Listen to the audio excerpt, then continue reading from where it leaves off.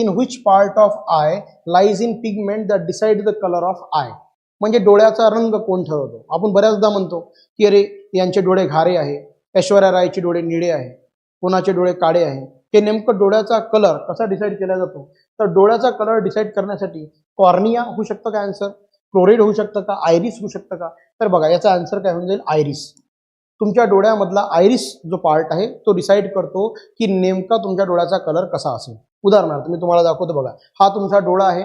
या डोळ्यामध्ये लक्षात घ्या, जे मधातलं दिसतं ज्याला भुबुई आपण म्हणतो त्याला आपण प्युपिल म्हणतो. आणि प्युपिलच्या वरती जो हा भाग दिसत आहे, जो आता इथे मी तुम्हाला निळा दाखवलेला आहे, या भागाला आयरिस म्हटलं जातं. तर याचा जो कलर असतो तोच तुमच्या डोळ्याचा कलर राहतो. ते बिलकुल असू द्या लक्षात, आयरिस ज्याला म्हणतो. राईट.